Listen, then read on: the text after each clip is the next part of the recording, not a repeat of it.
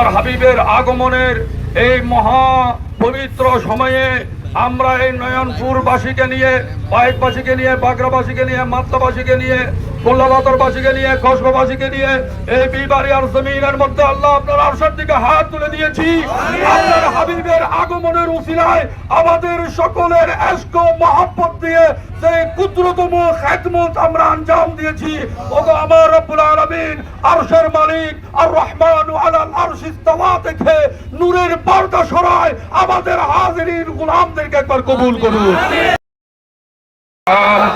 আলাইকা ইয়া রাসূল সালাম আলাইকা ইয়া হাবিব সালাম আলাইকা সালাওয়াতুল্লাহ